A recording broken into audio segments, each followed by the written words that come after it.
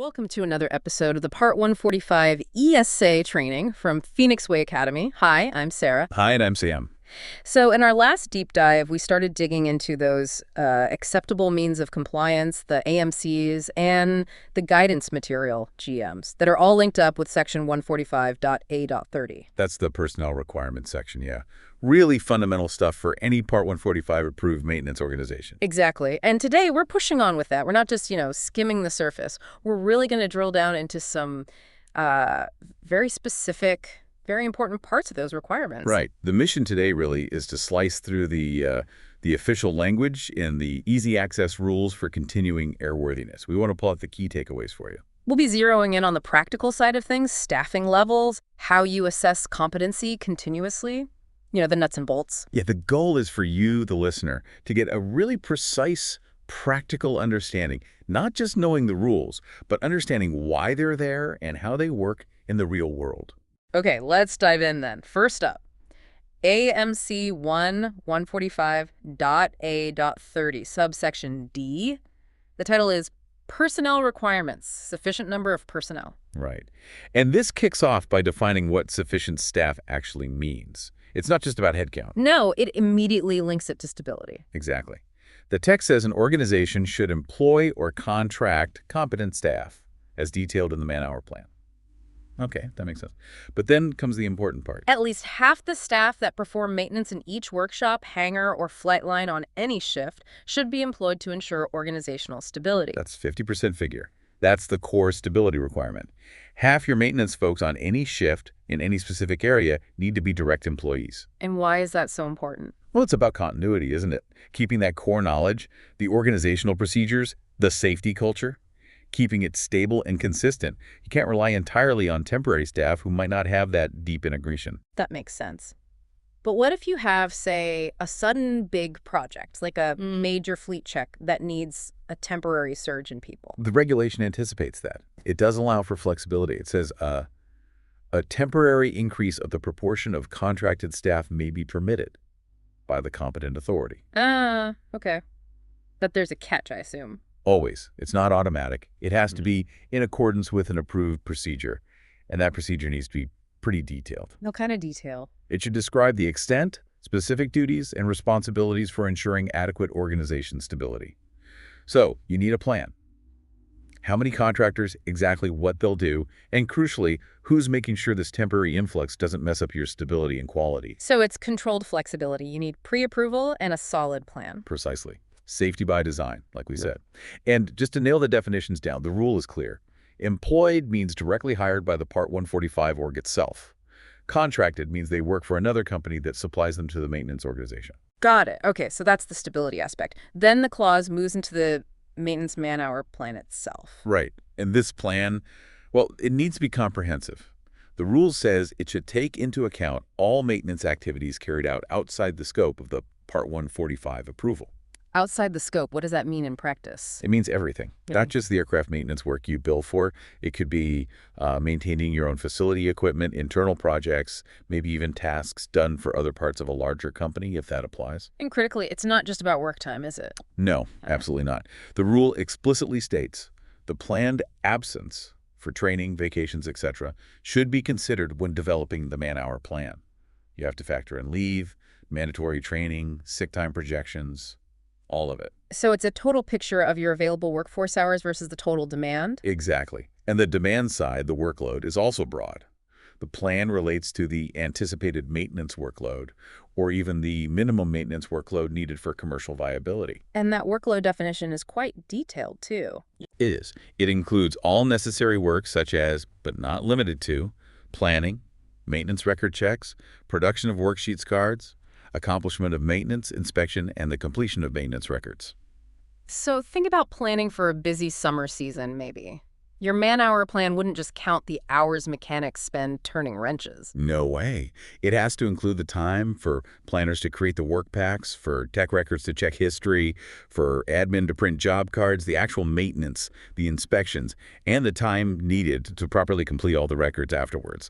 Plus, account for staff holidays during that peak time. It's a whole system view. Okay, and this plan needs to connect with other planning documents. Yes, it has to align. For base maintenance, the big hangar checks the man-hour plan should relate to the aircraft hangar visit plan as specified in AMC 145.A.30 subsection A. And for component work. Similar logic. For component maintenance, it should relate to the aircraft component planned maintenance, as specified in point 145.A.25 subsection A, subparagraph 2. It ensures everything is joined up. Makes sense. No, there's a specific mention of compliance monitoring hours. Yes, paragraph 6. The man-hours allocated to the compliance monitoring function should be sufficient to meet the requirement of point 145.A.200 subsection A, subparagraph 6. So your quality and compliance oversight needs dedicated planned time. Absolutely. It's not an afterthought. And the AMC clarifies that even if your compliance staff do other things, you have to account for that time separately to ensure the compliance function gets the hours it needs. It tackles that potential conflict of interest or lack of focus. Right, protects the integrity of the oversight. Yeah. And the plan isn't static. Definitely not. It needs life breathed into it. The maintenance man-hour plan should be reviewed at least every 3 months and updated when necessary. Quarterly checks, minimum. And what happens if things go off track? If you find you don't have the planned hours? That's where reporting comes in. Significant deviation should be reported through the departmental manager to the compliance monitoring manager and the accountable manager for review.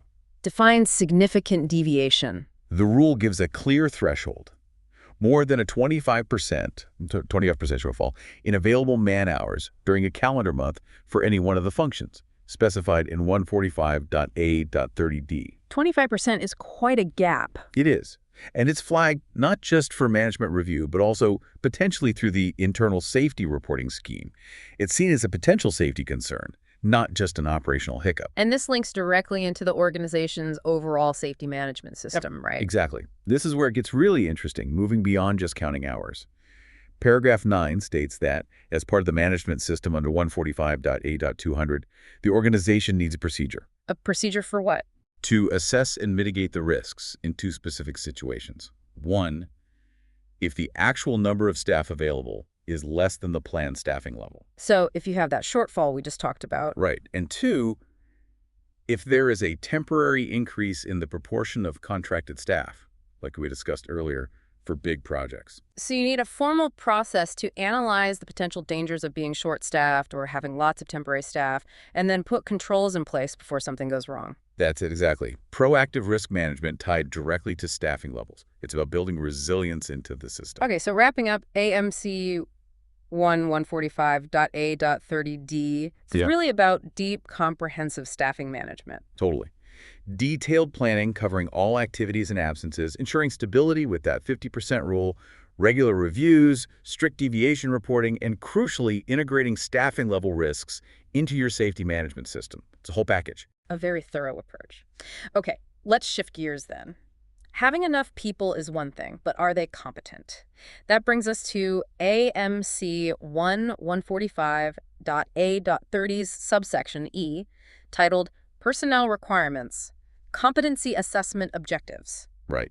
This is the other side of the coin. You need enough people, and those people need to be demonstrably competent. And the scope here is broad, too, isn't it? Very broad. The procedure requires that planners, mechanics, specialized services staff, supervisors, certifying staff, and support staff, whether employed or contracted, are all assessed. Everyone involved in the maintenance process, basically. Pretty much. And the timing is critical.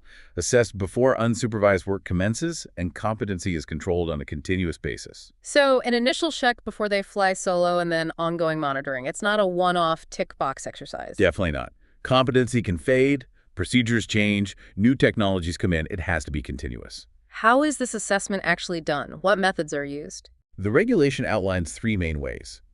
First, on-the-job performance and door testing of knowledge by appropriately qualified personnel. So direct observation and checks. Okay, practical assessment. Second, looking at records for basic organizational or tasks training and door product type and differences training. So checking their training history. Makes sense. Paperwork review. And third, experience records. What have they actually done before? Now, crucially, there's a validation step mentioned. Validation. Yeah, it says validation of the above could include a confirmation check with the organization that issued the document. So you might need to call up a previous employer or training provider to verify that certificate or experience log is legit. They often refer to using a logbook or the template in GM3 145.A.30E for recording this. So, doing your due diligence on people's backgrounds, what's the outcome of this assessment? It determines a couple of key things. First, the scope of tasks this individual is authorized to perform and/or supervise and/or sign off. Or, if they're not quite there yet, which level of ongoing supervision would be required. So, it defines their actual job boundaries within the organization? Exactly. And second, it identifies whether there's a need for additional training. It flags gaps that need filling. And all this needs to be documented. Absolutely. A record should be kept of each individual's qualifications and competency assessment. And it points you to the record-keeping requirements in 145.A.55D. Traceability is key. Okay. Now, the AMC goes on to list several considerations for doing this assessment properly. What are the foundational elements? Right. There are four key things initially. One, ensuring adequate initial and recurrent training has been received to ensure continued competency. Back to that continuous point, training isn't just for new hires. Competency isn't static. Got it. What's number two? Number two is about practical knowledge. All staff should be able to demonstrate knowledge of and compliance with the maintenance organization's procedures. It's not enough to know how to do a job. You have to know how your organization requires it to be done, using the right tools, following the safety steps, etc. Like that mechanic example, following the specific procedure, not just general knowledge. Exactly. Third, and this is really important, linking to the safety culture again. All staff should be able to demonstrate an understanding of the safety management principles, including human factors. This is about knowing how errors happen, understanding fatigue, communication breakdowns, and how their role fits into preventing accidents. It references the training in AMC 4 145.A.30A. So everyone needs safety management and human factors awareness relevant to their job. Yes, empowering everyone to be a safety advocate. And fourth, a practical recommendation, using job descriptions with efficient criteria to enable the required competency assessment. So clear job descriptions help define what you're actually assessing against. Precisely. It sets the benchmark. Okay, then the AMC gets really specific, listing criteria for assessment based on different roles. This shows competency isn't one size fits all. Absolutely. It tailors the expectations. Let's quickly walk through some key ones. Okay. Managers. For managers, it's about ability to properly manage the work output, processes, resources, and priorities in accordance with the safety policy. Planners. Planners need to interpret maintenance requirements into maintenance tasks and, crucially, understand they have no authority to deviate from the maintenance data. They also need to organize activities considering human performance limitations. Supervisors. Supervisors must ensure that all the required maintenance tasks are carried out, deal with non-compliances, report problems via the safety system, and understand potential conflicts if they try to manage and perform maintenance. Mechanics. The ones doing the work. Mechanics need to show they are able to carry out maintenance tasks to any standard specified and, importantly, notify supervisors of any defects or mistakes. Open reporting is vital. Specialized services staff. Similar to mechanics, but for their specific area. Perform tasks to standard, accurate reporting. Support staff. Support staff need to be able to verify that the relevant tasks or inspections have been carried out to the required standard. Think independent inspections, for example. And the certifying staff. Big responsibility there. Huge. For certifying staff, the assessment focuses on their ability to determine when the aircraft or aircraft component is ready to be released to service and when it should not be released to service.